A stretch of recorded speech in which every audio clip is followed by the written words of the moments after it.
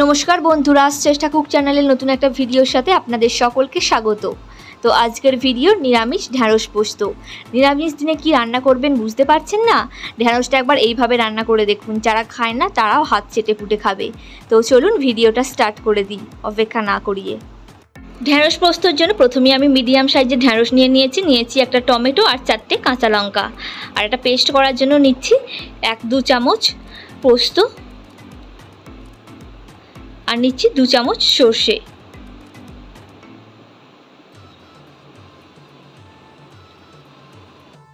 তো চলো এবার আমি দেখিয়ে দেবো ঢ্যাঁড়সটা আমরা কিভাবে কাটবো।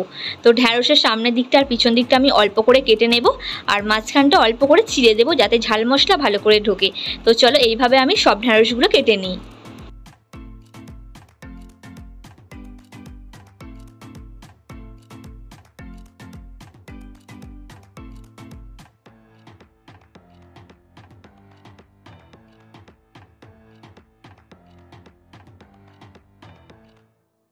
সব ঢ্যাঁড়সগুলো আমার কাটা হয়ে গেছে, দেখতে পাচ্ছ মাঝখান থেকে চিড়ে নিয়েছি যাতে মশলা ভালো করে ঢোকে। আমি কিন্তু ঢ্যাঁড়সগুলো গোটা গোটাই রেখেছি, তোমরা চাইলে বড় হলে একটু মাঝখান থেকে কেটে নিও। আর দেখো টমেটোটা আমি কুচিয়ে নিয়েছি, আর পোস্ত আর সর্ষের পেস্ট করে নিয়েছি, আর নিয়েছি 2টো চিড়ে কাঁচা লঙ্কা ফোড়নের জন্য। এবার আমরা ঢ্যাঁড়সটা কোটিং করে নেব। তার জন্য আমি দিয়ে দেব 1 চামচ হলুদ গুঁড়ো, দিয়ে দিলাম 1 চামচ লঙ্কা গুঁড়ো, আর দিয়ে দিলাম 1 চামচ লবণ, দিয়ে দেব একটা বড় চামচের 2 চামচ বেসন। তো সবটা এবার ভালো করে মাখিয়ে নেব, হালকা করে জল ছড়িয়ে সবটা ভালো করে মাখিয়ে নেব যাতে বেসনটা ঢ্যাঁড়সের গায়ে লেগে থাকে।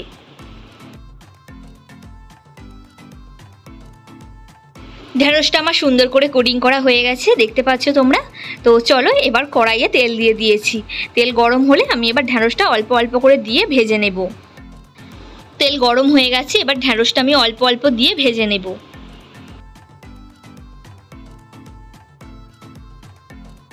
ঢ্যাঁড়সটা যেহেতু বেসন দিয়ে কোটিং করা আছে সেহেতু আমাদের বেশিক্ষণ ভাজতে টাইম লাগবে না।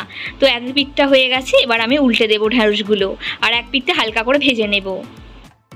ঢ্যাঁড়সগুলো আমার ভাজা হয়ে গেছে, দেখতে পাচ্ছ। এবার আমি তেল ছড়িয়ে ঢ্যাঁড়সগুলো তুলে নেব। বাকি ঢ্যাঁড়সগুলো ঠিক এইভাবেই ভেজে নেব।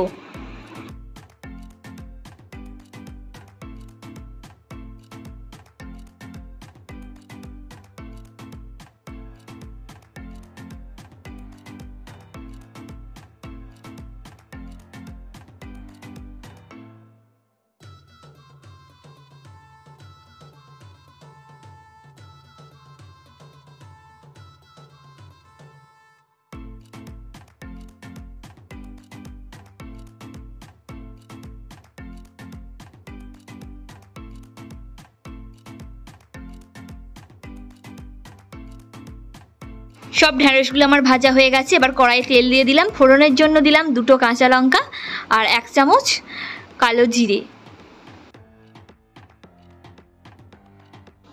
দিয়ে দিলাম কুচিয়ে রাখা টমেটোটা। হালকা করে বেশ ভালো করে তেলে নেড়ে চেড়ে ভেজে নেব।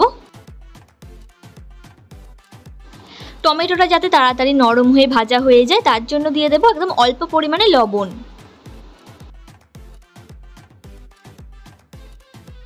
টমেটোটা আমার বেশ অনেকটাই ভাজা হয়ে গেছে, এবার দিয়ে দেব আমি পোস্ত আর সর্ষের পেস্টটা।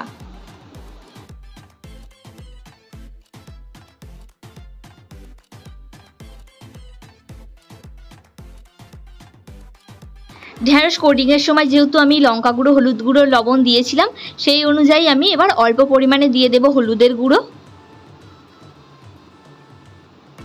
দিয়ে দিলাম লঙ্কা গুঁড়ো, আর দিলাম একদম অল্প পরিমাণে লবণ,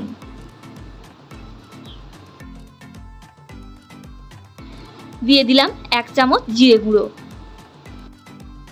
সবটা নেড়ে চেড়ে বেশ ভালো করে মিশিয়ে নিলাম।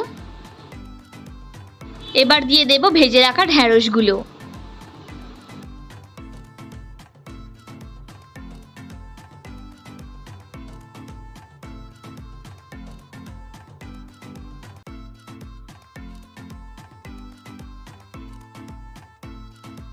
ঢ্যাঁড়সটা আমি 10 মিনিটের জন্য চাপা দিয়ে রেখে দেব সিদ্ধ হওয়ার জন্য।